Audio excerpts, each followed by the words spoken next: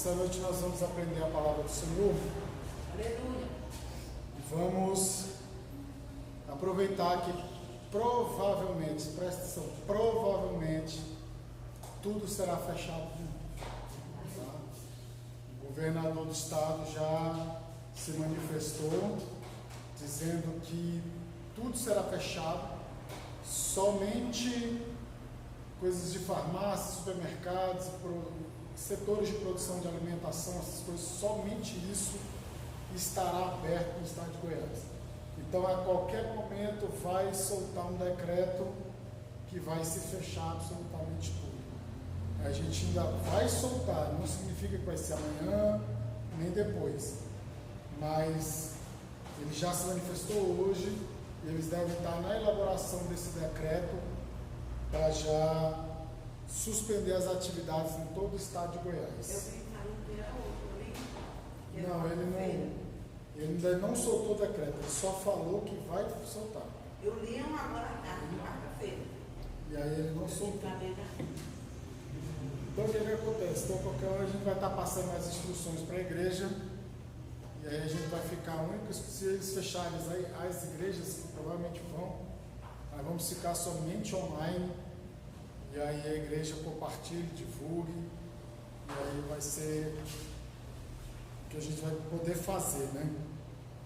Vamos lá, Apocalipse capítulo 2. Apocalipse capítulo 2. De manhãzinha, 5 horas, não? Oi? De manhãzinha, 5 horas, não volta. Não, ainda eu estou falando assim, eu estou só passando de antemão, porque ainda não tem nada definido de como vai ficar, como vão ficar as coisas. Mas a gente já está passando para a igreja o que os governadores já estão pensando em fazer. Aí o que nós vamos fazer é só depois da decisão deles. O decreto do Estado é que a gente vai avaliar o decreto e aí a gente vai saber como que a igreja tem que agir, como ela vai agir nesse caso, né? Que a gente tem que agir em conformidade com a lei. Apocalipse capítulo 2. Apocalipse 2, verso 1. Carta à igreja de Éfeso. Carta à igreja de Éfeso. Escreve ao anjo da igreja que está em Éfeso. Isto diz aquele que tem na sua destra as 7 estrelas, que anda no meio dos 7 castiçais de ouro. Eu sei as tuas obras, e o teu trabalho, e a tua paciência, e que não podes sofrer os maus, e puseste a prova os que dizem ser apóstolos e não são. E não são, e tu os achaste mentirosos. Sofrestes e tens paciência, trabalhaste pelo meu nome e não te cansaste. Tenho, porém, contra ti que deixaste a tua primeira caridade, o teu primeiro amor. Lembra-te, pois, de onde caíste, arrepende-te e pratica as primeiras obras, quando não brevemente a ti virei e tirarei do seu lugar o teu castiçal, e se não te arrependeres. Tens, porém, isto, que aborrece as obras dos nicolaítas, as quais também aborreço. Quem tem ouvidos, ouça que o Espírito diz às igrejas: ao que vencer, dar-lhe-ei a comer da árvore da vida, que está no meio do paraíso de Deus. Amém? Pode se aceitar em nome de Jesus. Nós vemos aqui, irmãos, essa primeira carta às igrejas da Ásia Menor, as 7 igrejas. E Deus, ele mostra para o apóstolo João, aqui o apóstolo João estava preso na ilha de Patmos, e por causa do Evangelho, e Deus, ele começa a passar uma série de mensagens para o apóstolo João. E nessas mensagens que estavam de coisas que haveriam acontecer no futuro, ele entrega essas 7 cartas às 7 igrejas da Ásia Menor. Igrejas que foram abertas pelos homens de Deus, pelos missionários, pelos apóstolos, que percorriam as cidades ali abrindo a obra. Nós vemos que o apóstolo Paulo, ele trabalhou durante um bom tempo na cidade de Éfeso. E a cidade de Éfeso é uma cidade muito importante. Era uma cidade extremamente importante na sua época. Era um local onde se comandava, onde tinha o templo da deusa Diana, a Diana dos Efésios, e era um lugar, estrategicamente falando, era um lugar bem estratégico assim, comercialmente falando, era uma igreja, era um local, melhor dizendo, bem imponente, bem importante de sua época. E uma igreja, ela é estabelecida ali. E aí cartas, circulam por aquela região de Éfeso. Aí nós temos a carta aos Efésios. Nós vemos que em Éfeso muitas pessoas se convertem. Muitas pessoas se convertem e abandonam as suas práticas, de magia, suas práticas pecaminosas, e se convertem a Cristo. E é uma igreja que ela experimenta um grande avivamento, experimenta uma grande quantidade de salvação. O apóstolo, ele fica aproximadamente, se não me engano, 3 anos ali na cidade de Éfeso. Então um grande trabalho é desenvolvido ali naquela região. Só que chega um determinado momento que Deus usa o apóstolo João para escrever essas cartas, e já é um período bem posterior aos acontecimentos ali de Paulo, e nós vemos que essas cartas retratam a situação, da igreja de sua época, e que também muitas delas retratam nos dias de hoje. E aí ele diz assim: ao anjo da igreja que está em Éfeso, estas são as palavras daquele que tem as 7 estrelas na sua mão direita e anda entre os 7 candelabros de ouro. Então você veja só, é Deus falando ao pastor da igreja, ao líder da igreja, aquele que comandava a igreja, que Deus estava atento à situação, à condição, Deus estava atento à condição da igreja e ao líder da igreja. Então nada há que se passe desapercebido diante dos olhos de Deus. E aí a gente observa que tem as 7 estrelas em sua mão direita e anda entre os 7 candelabros de ouro. Olha só, aquele que anda no meio dos 7 castiçais de ouro, que são as 7 igrejas, os 7 castiçais de ouro são as 7 igrejas, ele tem em sua destra 7 estrelas, os mensageiros da igreja, indicando o seu poder e autoridade sobre a igreja e seus líderes. A igreja em Éfeso havia se tornado muito grande e orgulhosa, e a mensagem de Jesus lembraria a todos que somente Ele é a cabeça do corpo de crentes, a igreja. Então você veja só, o castiçais de ouro são as 7 igrejas, e as 7 estrelas, os 7 castiçais, as 7 igrejas é Jesus, aquele que anda no meio é Jesus.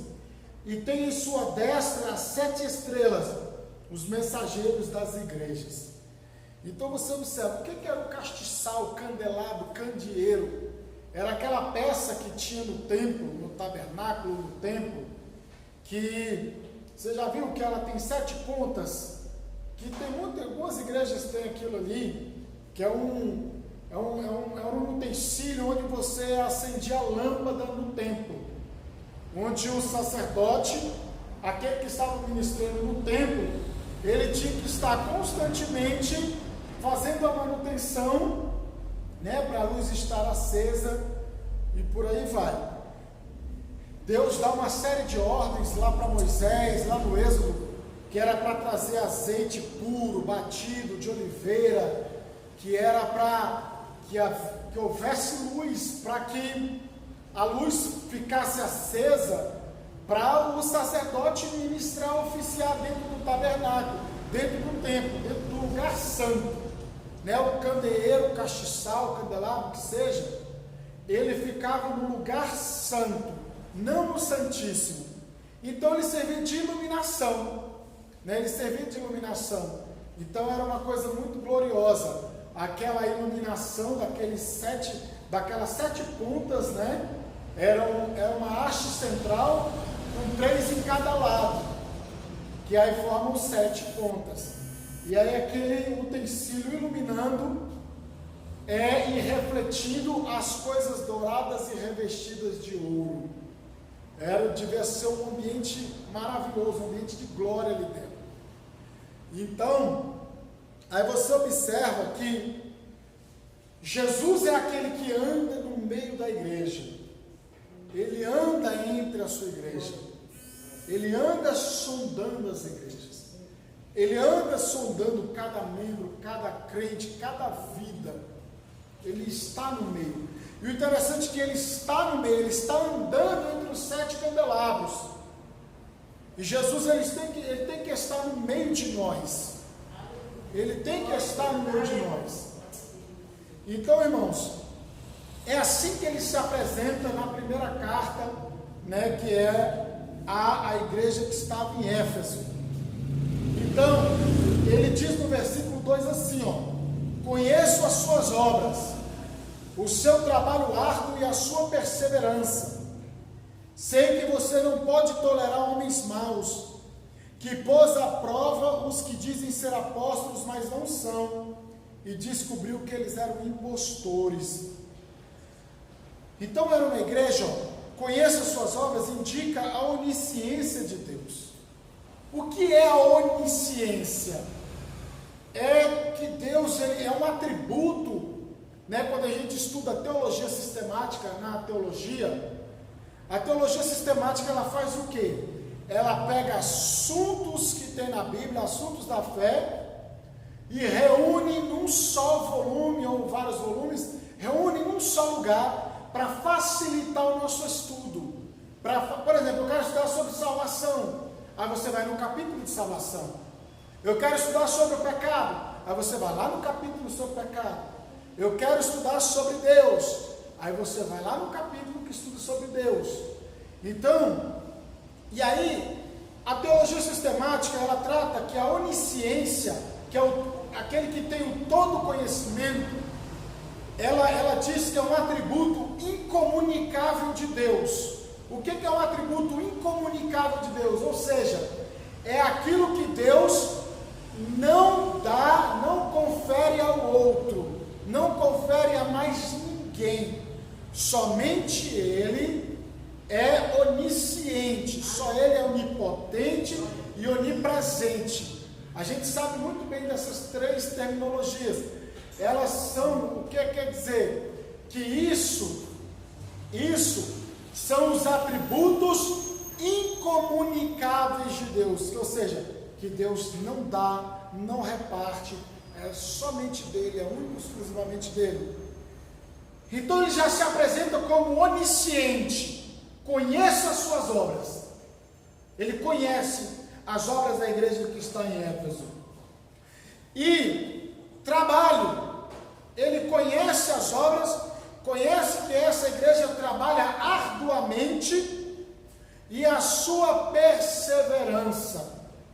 Então, indica trabalho, indica labor até a exaustão ou perseverança na fadiga. Perseverança na fadiga. Trabalho indica labor até a exaustão ou perseverança na fadiga.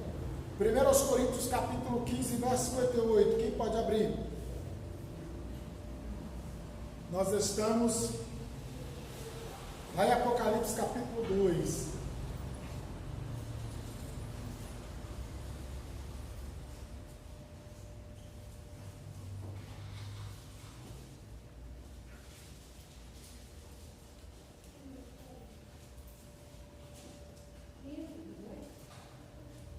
58. 1 Coríntios 15, 58.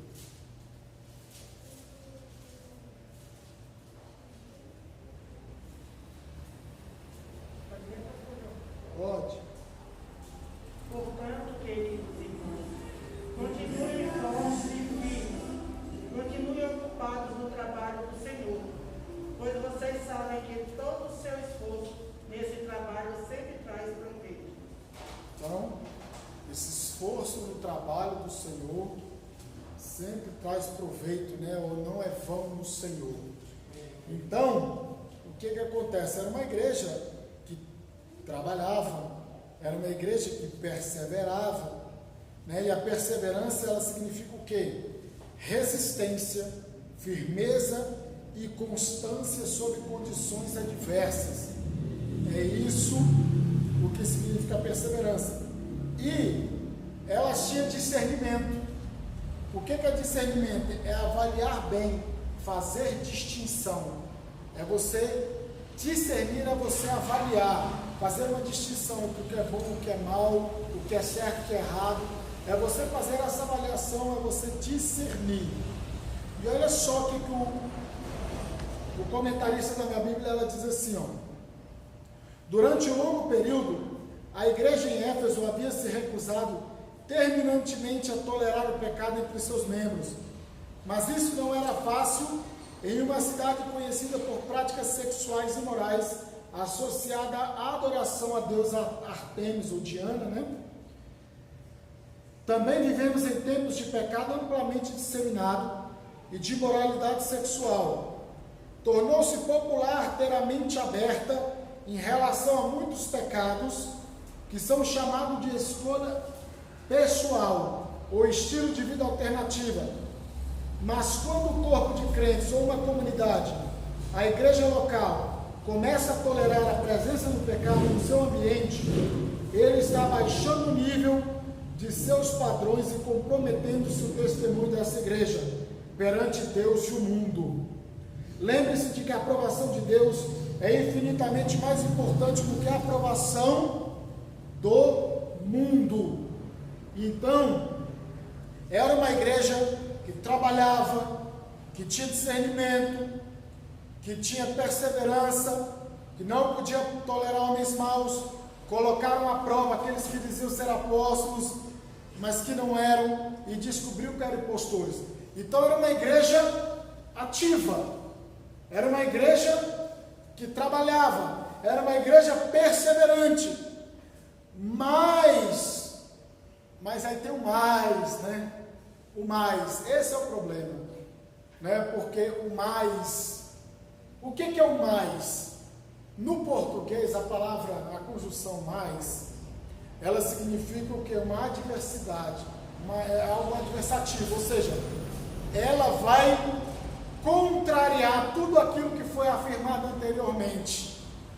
Então aqui ele está falando: conheça as tuas obras, eu ando no meio da igreja, eu estou vendo, vocês têm discernimento, vocês têm perseverança, vocês têm trabalho, vocês têm, né, vocês têm obras, vocês têm perseverado em sofrimento, e suportado sofrimento, por causa do meu nome não tem desfalecido.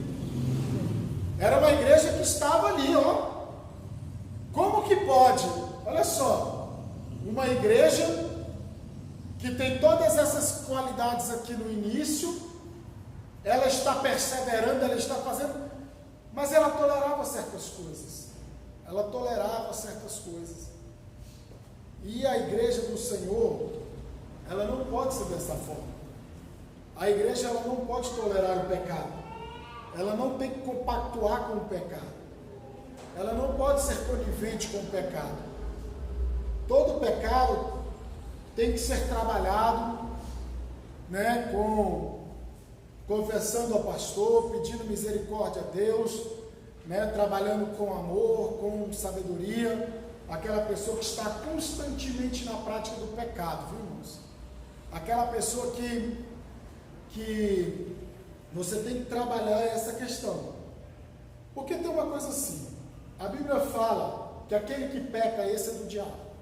Aquele que peca é do diabo. Mas Mas a gente fala, poxa, mas nós não somos pecadores? Somos pecadores.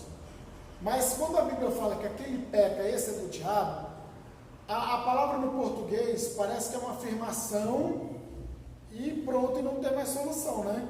Mas quando você estuda na língua original, ali dá um sentido de que é uma ação contínua, que é da seguinte forma: aquele que está praticando o pecado, ou seja, resolveu praticar deliberadamente, amar o pecado e servir ao pecado, esse é do diabo.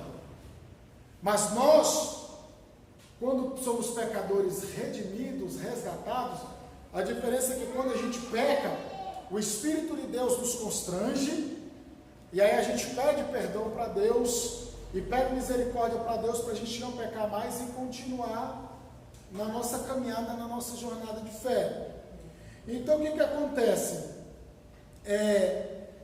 E essa igreja, ela tem perseverado, suportado sofrimentos por causa do nome, e não tem desfalecido. Olha só, novamente usa a mesma palavra para indicar trabalho até a exaustão, o que levaria qualquer ser humano a desistir do Evangelho de Cristo. Então, ele fala, e sofrestes, e tem paciência, e trabalhaste pelo meu nome, não te cansaste. Olha só que interessante como é que ele trata. Lá em cima no 2 ele fala de paciência, trabalho, novamente de novo, sofre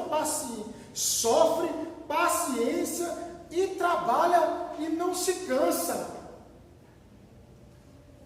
Mas, aí no verso 4, tem o porém é a mesma coisa do mais que eu expliquei, viu? Porém, mas, porém, entretanto, contudo, todavia, significa a mesma coisa, a mesma palavra, a mesma coisa, viu? Então o que acontece? Tenho, porém, contra ti, que deixaste na sua Bíblia está caridade, mas é amor, tá? Não é a caridade de você, quando a gente fala de caridade, a gente se fala de doar coisas. Embora que o amor esteja envolvido com a caridade, as coisas se entrelaçam, tá? Mas é porque eu estou querendo fazer essa distinção, porque o termo mais correto no original é amor, tá? É o amor, né? A boa obra, a caridade, a obra de caridade é uma consequência desse amor que a pessoa diz ter. Então você veja só, tenho porém contra ti que deixaste o teu primeiro amor.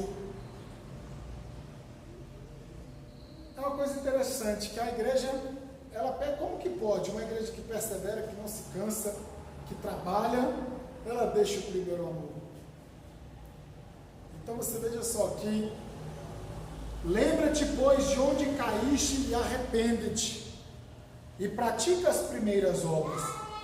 Quando não brevemente a ti virei, e tirarei do seu lugar o teu castiçal, se não te arrependeres. Esfriamento na fé devido às lutas. 1 Tessalonicenses 5,19, quem pode ler?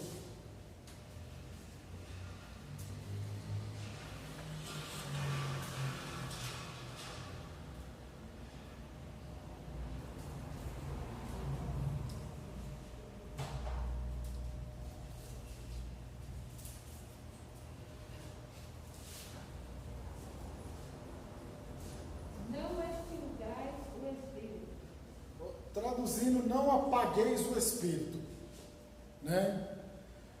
Não apagueis o Espírito. Então olha só, em uma certa ocasião Paulo havia elogiado a igreja de Éfeso pelo seu amor a Deus e aos seus semelhantes, Efésios 1,15. Mas muitos dos seus fundadores dessa igreja já haviam morrido, e a maioria dos crentes da segunda geração havia perdido o seu zelo por Deus. Era uma igreja muito ocupada, seus membros faziam muito em benefício próprio da comunidade, mas estavam agindo de acordo com os motivos errados. A obra de Deus deve ser motivada pelo amor a Deus, caso contrário não durará. Uma coisa que eu acho muito interessante, muita ocupação na obra de Deus não quer dizer muita coisa. Você está demais ocupado na obra de Deus não quer dizer muita coisa, não.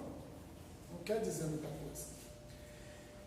É igual pregadores que têm agenda muito grande, muito lotada. Eu fico pensando, que hora esses homens têm tempo para a família, para Deus? Porque uma hora você tem que recarregar as baterias, vamos dizer assim, né? Você tem que receber para poder passar. Aí se você fica só passando, chega uma hora que vira uma rotina, vira uma coisa cíclica, e aí acaba se repetindo, e não tem coisa nova da parte de Deus. Então, e tem muitos que hoje em dia, né, estão fazendo o que dá certo. Isso se chama de pragmatismo. Vamos fazer o que dá certo, não o que é certo. Vamos fazer o que dá certo, não o que é certo. E tem muitos que agem dessa maneira. Então, aqui, você vê que é uma igreja que aparentemente, poxa, essa igreja é bacana. Essa igreja está trabalhando, persevera, não aceita os falsos mestres, aqueles que se dizem ser apóstolos, mas que não são, né? Suporta o sofrimento, suporta um monte de coisa, faz um monte de coisa. Mas aí, tenho porém contra ti que deixasse o primeiro amor. Então você está vendo aqui que não é a quantidade do que se faz, mas é a qualidade do que se faz. Jesus está justamente olhando a qualidade do que se estava fazendo, porque quantidade essa igreja tinha muito. Essa igreja tinha muita quantidade de trabalhos, de obras, de várias coisas. A igreja que tinha um discernimento e tal, mas tinha um porém, tinha uma ressalva. Então, é que se haja qualidade naquilo que é feito. Porque Deus, Ele quer quantidade, Ele gosta de quantidade, Ele gosta, com certeza. Isso eu não tenho dúvida. Ele gosta de quantidade. Mas antes da quantidade, Ele preza pela qualidade.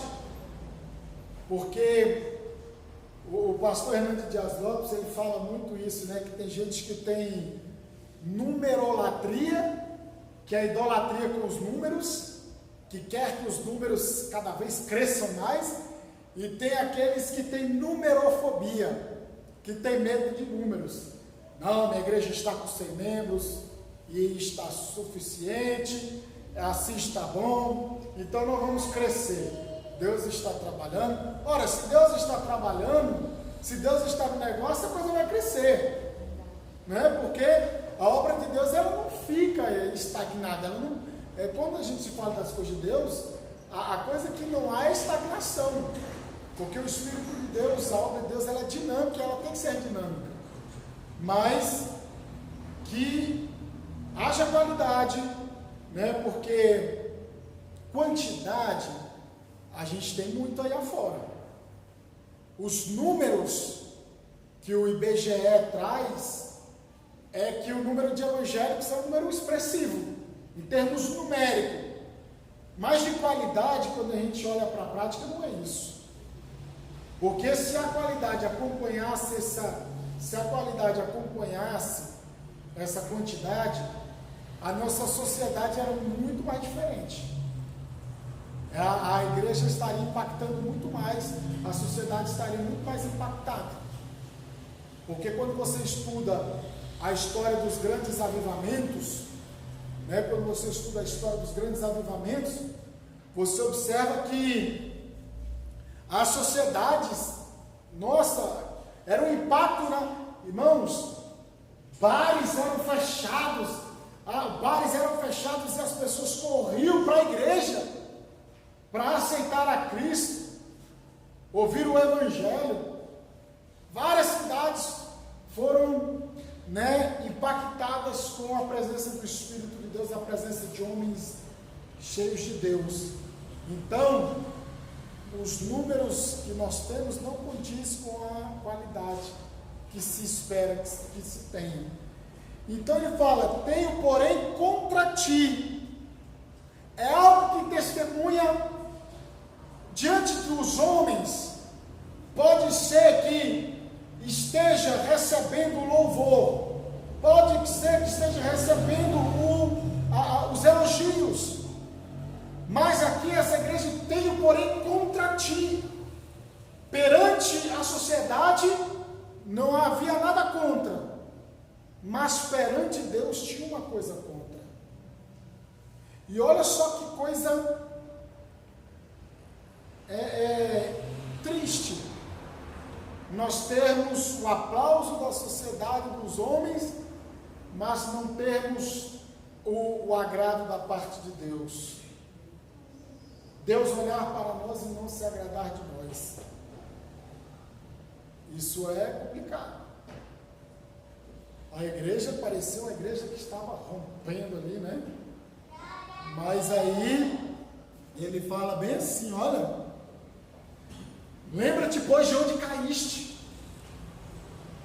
E o que eu acho interessante é que aqui é uma manifestação do amor de Deus.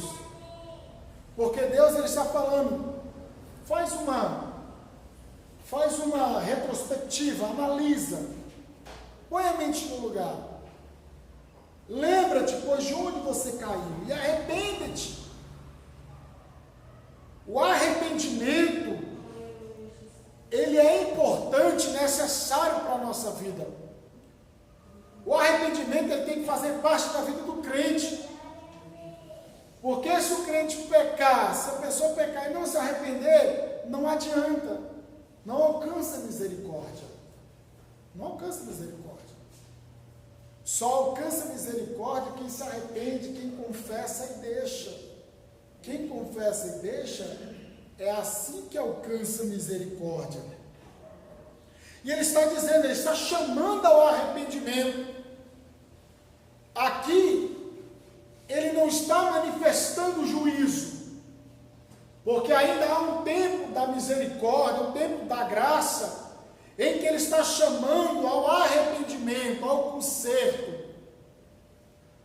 Porque arrepende-te e pratica as primeiras obras, quando não, brevemente a ti virei e tirarei o lugar do seu lugar, o seu castiçal.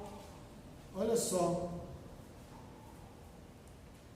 Ou seja, seria retirado, seria tirado fora, se não te arrependeres. Deus, ele chama o amor, há uma manifestação do amor, mas também há uma manifestação da justiça de Deus. Olha, eu estou te mostrando o que é certo, o que se deve fazer, mas eu também estou te mostrando que eu sou justo, que eu ajo com seriedade nas coisas. Eu primeiro proponho o amor, eu primeiro proponho a correção.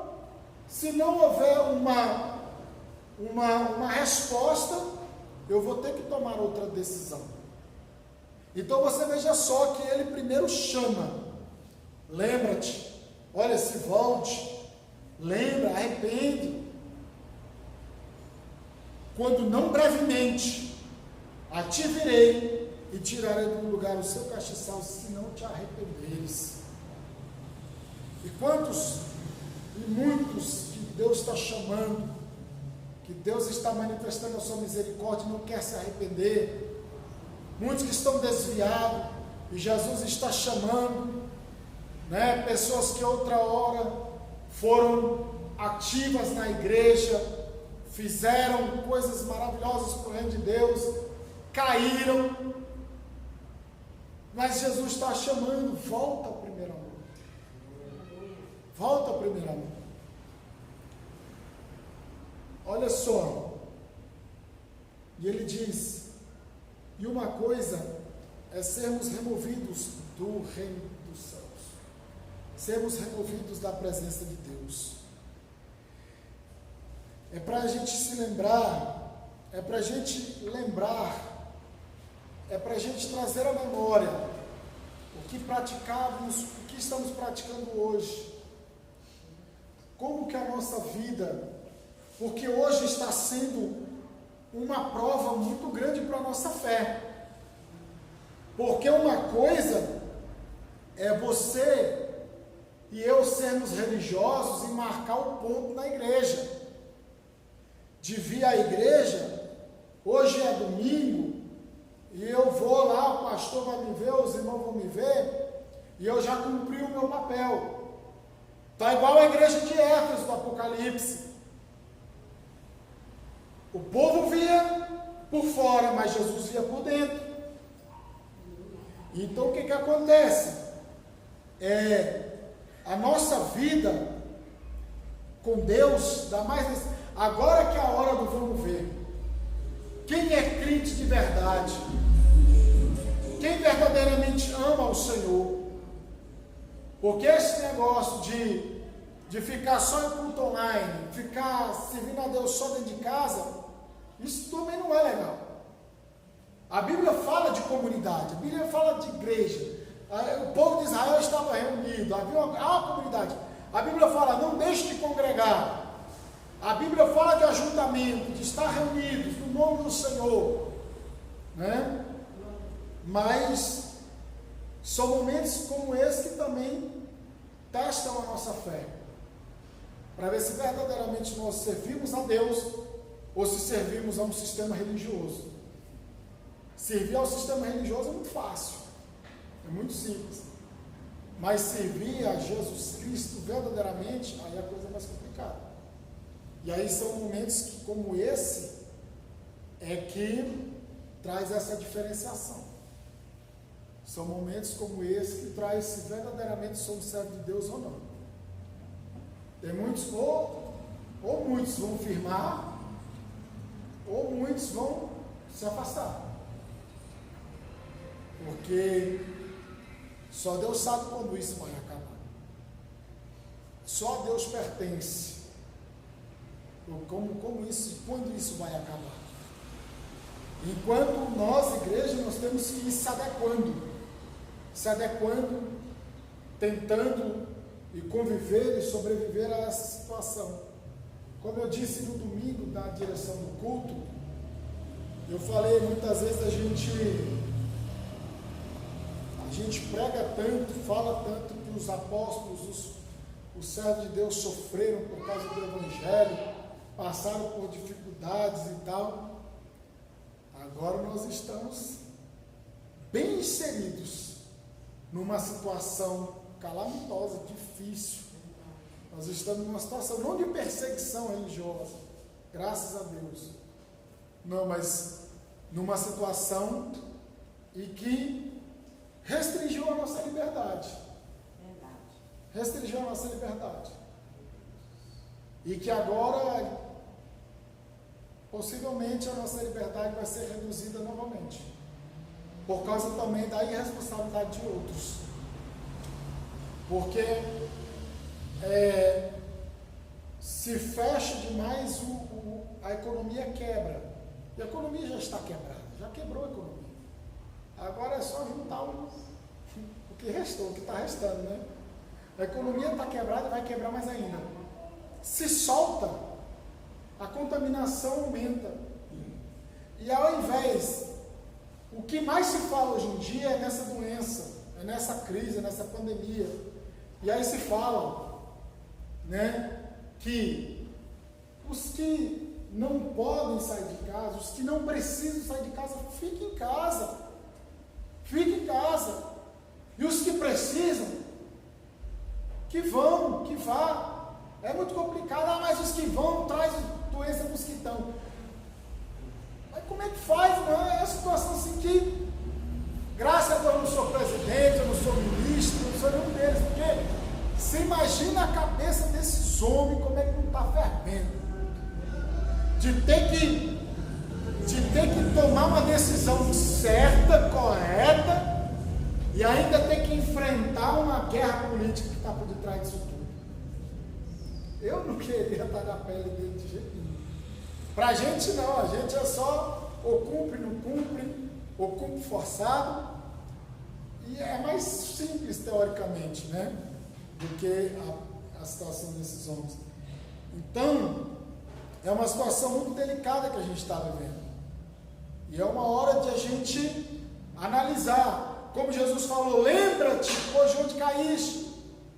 E essa situação também é um momento de trazer uma reflexão para cada um de nós.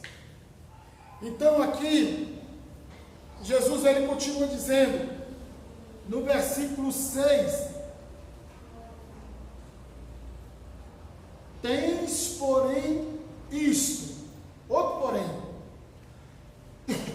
perdão, que aborrece as obras dos nicolaítas, aos quais também aborreço. Mas esse porém aqui,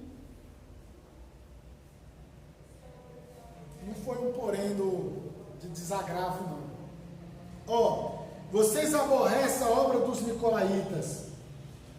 Mas antes de explicar isso aqui, eu quero ler aqui mais um pouco. Assim como quando um homem e uma mulher se apaixonam, os crentes devem regozijar-se pelo perdão, ou seja, regozijar é se alegrar.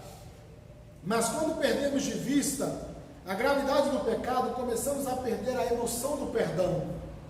Nos primeiros passos de sua vida cristã, você pode ter experimentado entusiasmo sem conhecimento. Será que agora você tem conhecimento sem entusiasmo? Ambos são necessários se desejarmos manter um amor imenso, intenso e sem mancha para com Deus. Será que você ama a Deus com o mesmo fervor de quando é um cristão recém-convertido? Eu confesso para você que quando eu aceitei Jesus, eu orava um pouquinho mais. Não um pouquinho não. Mas está gravando um pouco a mais. Muito mais. Então o que acontece? Então vamos ver, né? Como é que... A gente também não pode ficar naquele saudosismo. Porque os tempos passam, os tempos vão. A gente não pode ficar, mas a igreja daquela época, mas é não sei o quê. Passou, irmão. Passou. A gente ficar no saudosismo, se ficar naquela coisa toda, a gente também não progride. Porque aí a gente vai ficar sempre se remetendo ao passado e não vai conseguir avançar. Então, como Paulo disse, o que ficou para trás, ficou para trás. Então vamos agora tentar em Deus, buscar em Deus coisas novas, experiências novas. Porque as coisas de Deus, elas se renovam. Ela não é parada, não é estática. E olha só, para Jesus tirar o castiçal do lugar, significava que a igreja teria deixado de ser efetiva. Ou seja, ela não alcançava o objetivo. Assim como os castiçais do templo, com seus 7 braços, produziam a iluminação necessária para que os sacerdotes pudessem enxergar, as igrejas devem produzir luz para as comunidades que estão ao seu redor. Jesus preveniu que a sua luz poderia se extinguir. De fato, o próprio Senhor Jesus extinguiria qualquer luz que não cumprisse os seus propósitos. A igreja em Éfeso precisava se arrepender de seus pecados. Aí ele vem aqui, tenho porém contra ti que aborrece as obras dos nicolaítas, as quais também aborreço. Esses nicolaítas aqui é um pouco complicado de você afirmar categoricamente quem eram eles, né? E aqui a gente vai se basear em estudos sobre quem eram esses nicolaítas. Os nicolaítas eram crentes que se comprometiam, de acordo com a Bíblia de Estudo da Aplicação Pessoal. Os nicolaítas eram crentes que comprometiam a sua fé a fim de gozar de algumas práticas pecaminosas da sociedade de Éfeso. Alguns consideram o nome nicolaítas como sendo um equivalente grego à palavra hebraica baalamitas. Balaão foi um profeta que induziu os israelitas a praticar seus desejos pecaminosos. Quando queremos tomar parte em uma atividade que sabemos ser errada, podemos tentar justificar o nosso comportamento dizendo que ela não é tão ruim como parece, ou que não afetará a nossa fé. Cristo tem palavra severa para aqueles que procuram desculpas para pecar. E o apóstolo Paulo, ele fala assim, que a gente não deve, por causa da liberdade, a gente não deve dar ocasião à carne. Em que sentido? Não, nós estamos no tempo da misericórdia, no tempo da graça, então eu vou pecar, aí Deus me perdoa. Não é assim que o apóstolo Paulo estava dizendo, e não é assim que o crente deve proceder. E Balaão, se você ver, vamos ler aqui, ó, Números 31, verso 16. Balaão foi pago por Balaque, irmãos. Balaão foi pago por Balaque para amaldiçoar Israel. E toda vez que ele ia amaldiçoar Israel, só saía bênção da boca dele. E aí eles arrumaram outro jeito. Então bora fazer esse povo pecar, tudo na prostituição. Porque boa parte das religiões da antiguidade, irmãos, envolvia a imoralidade sexual. Havia os prostitutos, as prostitutas cultuais. Eram homens e mulheres de programa que eram pagas, que envolvia todo o ritual religioso da época. Então, quando alguém se convertia, e quando você vê uma conversão em Éfeso, é algo glorioso, é uma libertação tremenda que Deus está fazendo. Né? Essas pessoas que vinham dessas religiões de ocultismo, religiões de mistério, então, vinha dessas religiões de mistério, então eram pessoas que se convertiam de uma coisa muito depravada, de uma coisa muito imoral, e era envolvida a imoralidade sexual. Então, o que acontece? Que eles dizem aqui na Bíblia, aplicação pessoal, que seriam supostamente crentes, né? Porque crente não é, né? Crente não é. Mas que se diziam, né? E que comprometiam a sua fé a fim de gozar de algumas práticas pecaminosas da sociedade de Éfeso. Olha só, não, eu estou na igreja, mas eu peco. Eu estou na igreja, mas eu vou dar uma pulada de cerca ali. Eu estou na igreja, mas vou tomar um vinhozinho, uma birita ali. Eu estou na igreja, mas vou passar a perna no irmão ali. Eu estou na igreja, mas... Ou seja, aquele camarada que se diz que é crente,